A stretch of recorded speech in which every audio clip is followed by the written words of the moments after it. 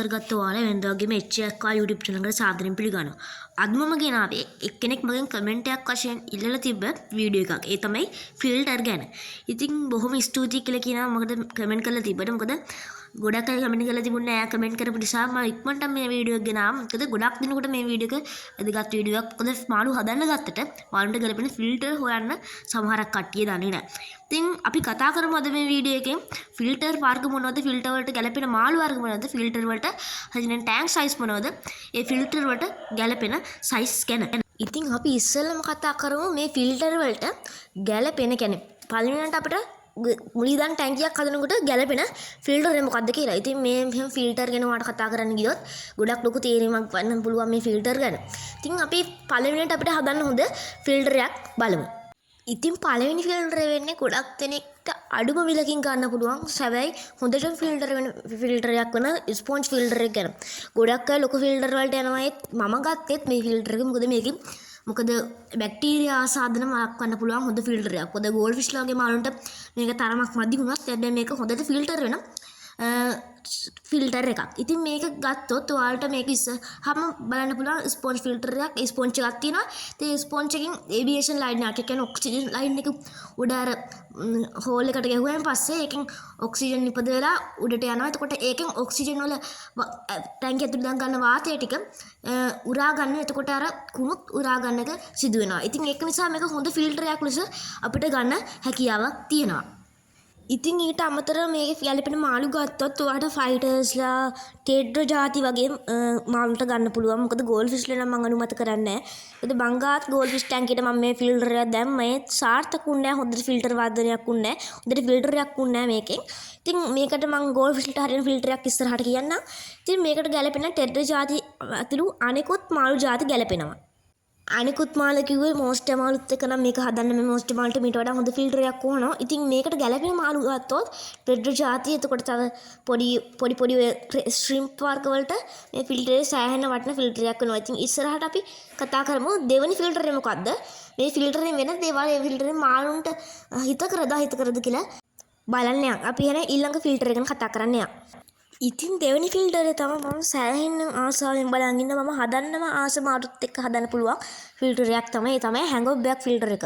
මේක හදන්න ගොඩක්ම දුරට ප්ලාන්ටඩ් ටැංක් වලට. මොකද ප්ලාන්ටඩ් ටැංක් එකේ පොඩි ප්ලාන්ට් තියෙන නිසා මොකද මේකෙන් ලොකු ප්ලාන්ට් වලට හානියක් වෙන්නේ නැහැ. මොකද වතුර උඩ ඉඳන් දියැල්ල වගේ වැටෙනකින් ප්ලාන්ට් වලට කිසිම හානියක් වෙන්නේ නැහැ. මොකද මේකේ යටින් තියෙන චූටි බටෙන් වෝටර් උඩට පම්ප් කරන නිසා එතකොට චූටි සිදුරක් තියෙන නිසා මේකෙන් ඒකේ ඇතුලෙන් පැල යන්නේ නැහැ. මොකද ලොකු අපි ස්පොන්ජ් ෆිල්ටර් එකක් ගත්තොත් ඒකේ පැල එතකොට ඒකේ පැල හිට වෙන්න බලවනේ. කියන්නේ ස්පොන්ජ් වලට කුණු උරා ගත්තන් පස්සේ ස්පොන්ජ් එක හරහා පැල වෙන්න යනවා.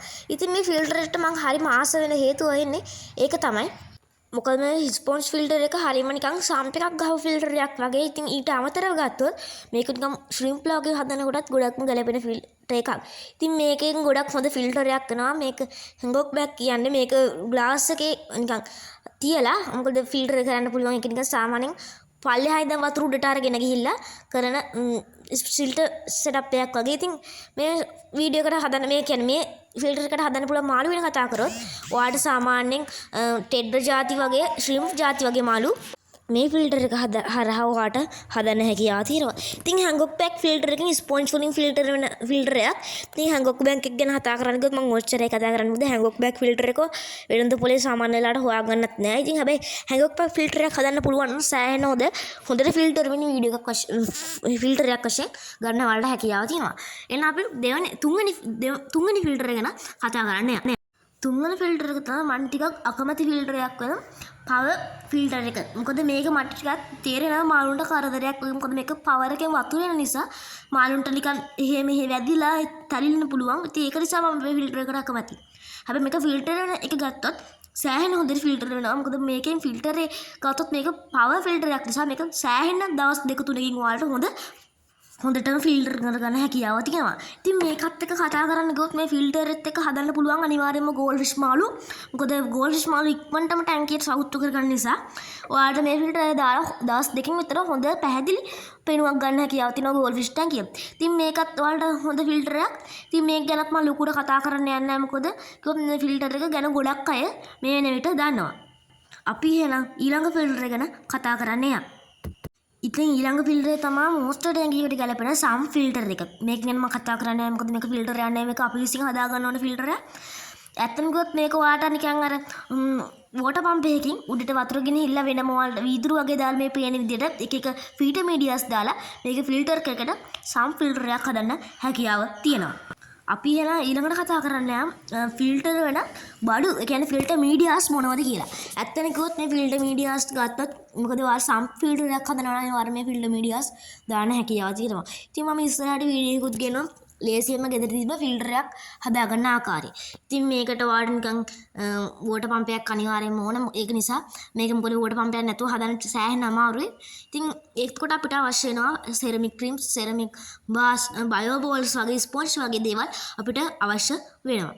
ඉතින් ඊට අමතරව අපිට මේ ෆිල්ටර් මීඩියාස් ගැන කතා කරන්න ගියොත් සෑහෙන මිලකට ගන්න පුළුවන් ෆිල්ටර් මීඩියාස්. මොකද මේ ෆිල්ටර් මීඩියාස් දැන් සාමාන්‍ය වෙළඳ පොලේ ගන්නකොට සෙරමික් ක්‍රීම්ස් බොක්ස් එක රුපියල් 500ක් විතර මුදලකට අපිට ගන්න හැකියාව තියෙනවා. ඉතින් ඊට අමතරව මම සෙරමික් ක්‍රීම්ස් වල ප්‍රයිස් එක විතරයි දන්නේ. බයෝ බෝල්ස් වල ප්‍රයිස් එක දන්නේ නැහැ. එතකොට K1 වගේ දේවල් අපිට අඩු මිල වලට ගන්න හැකියාවක් ලැබෙන්නේ නැහැ. මොකද කිව්වොත් මේක ෆිල්ටර් මීඩියාස් නිසා ඔයාලට ගන්න හැකියාව අඩුවට ගන්න හැකියාවක් කොහෙත්ද නැහැ. මොකද කිව්වොත් ඒ කියන්නේ අපි දැන් කතා කරමු මේ ෆිල්ටර් වලට අවශ්‍ය වෙන බඩු වල කියන්නේ ෆිල්ටර් මීඩියාස් වල නම් මොනවද කියලා. ඉස්සෙල්ලම ඔයාලට දකින්න පුළුවන් මේ තමයි සෙරමික් ස්ට්‍රීම්ස්. ඊළඟට ඔයාලට දකින්න පුළුවන් මේ තමයි K1 කියන පොඩි ෆිල්ටර් මීඩියා එක. ඉතින් මම හැම එකක්ම මේ විදිහට වෙන වෙනම කියන්න යන්නේ නැහැ. මොකද එහෙම කිව්වොත් තා වෙලා යනවා. ඉතින් ඒක කියන්නේ තව මේ වීඩියෝ එක ගොඩක් දික් වෙනවා. ඉතින් ඒක නිසා මම තව කතා කරන්න ගියොත් බයෝ බෝල්ස්, එතකොට සෙරමික් බාස්, සෙරමික් ක්‍රීම්ස්, එතකොට අර K1 වගේ දේවල් ඔයාලට වෙළඳ පොලෙන් ෆිල්ටර් මීඩියා වශයෙන් ගන්න හැකියාව තියෙනවා. ඉතින් මම ඉස්සරහට කොහොමත් වීඩියෝ එකක් ගේනවා කොහොමද ගෙදරදී ෆිල්ටර් එකක් හදාගන්න ආකාරය. ඉතින් ඒකට අපිට අවශ්‍ය බඩු ගත්තොත් ස්පොන්ජ්